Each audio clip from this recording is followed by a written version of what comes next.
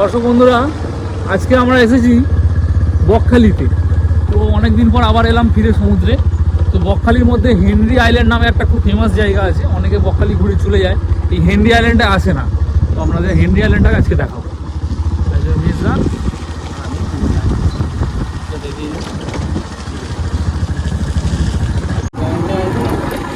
Watch tower, এই দেখো watch tower.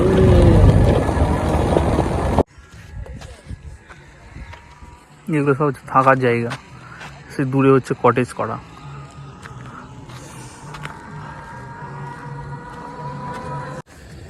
Henry আইল্যান্ডে বন্ধুরা, হেনরি আইল্যান্ডে আসার সময় এই জঙ্গল, এরকম ম্যানগ্রোভের জঙ্গল পেরিয়ে আসতে হবে। দারুণ একটা অনুভূতি। আর এই হচ্ছে ম্যানগ্রোভের জঙ্গল, যাচ্ছে এখন ম্যানগ্রোভের জঙ্গল দিয়ে হেঁটে হেঁটে। বাঘটাকের এখানে ভয় নেই আশা করি।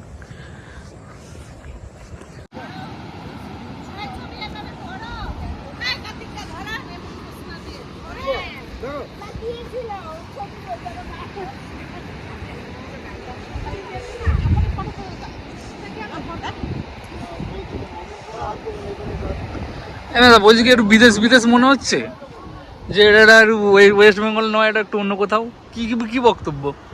বিদেশে মনে হচ্ছে, মনে হচ্ছে অস্ট্রেলিয়া। আর এখানে প্রচুর জায়গায় চোরাবালি আছে, সেই জন্য বিচের সামনে একদম যাওয়া মানে নিরাপদ নয় আর কি।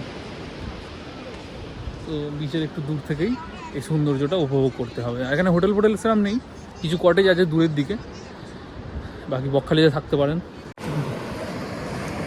তো দর্শক বন্ধুরা, আপনাদের বলে রাখি, যারা হেনরি আইল্যান্ড আসতে চান ঘুরতে, কিভাবে আসবেন। শিয়ালদা থেকে যদি আপনারা আসেন ট্রেনে করে, তো আপনাদের আসতে হবে শিয়ালদা থেকে নামখানা স্টেশনে নেবে আপনাদের টোটো রিজার্ভ করে বলতে হবে হেনরি আইল্যান্ড যাব, ওরা আপনাকে ঘুরিয়ে দেবে।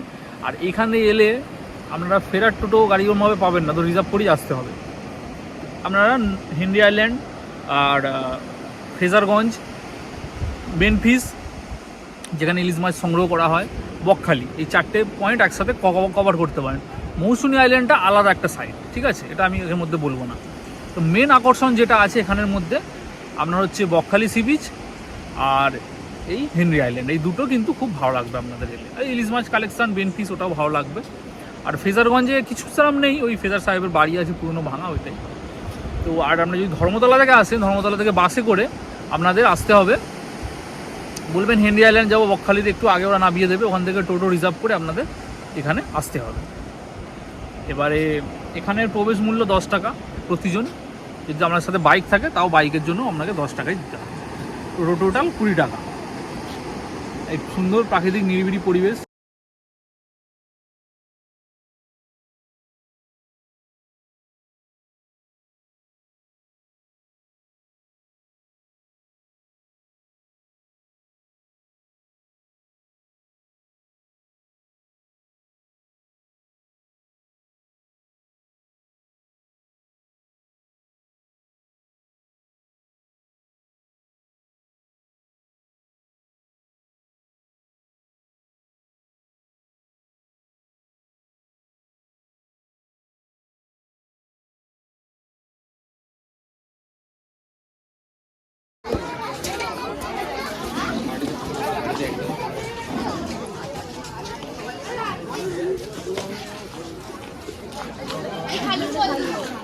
এখন এলো বকখালিতে প্রথমবার। দর্শক বন্ধুরা, এই হলো বকখালি সি বিচ। রাত্রের দিকে এখানে প্রচুর দোকানপাট বসে, মাছ ভাজা, ভুট্টা, ফুচকা, চাউমিন, এগরোল ইত্যাদি আপনারা খেতে পারবেন। সকালের দিকে ডাবের জল এবং কিছু টিফিনের দোকানও বসে এখানে। এই বীচটি হলো সাদাবালির বীচ। 300 টাকা থেকে এখানে আপনারা হোটেল পেয়ে যাবেন।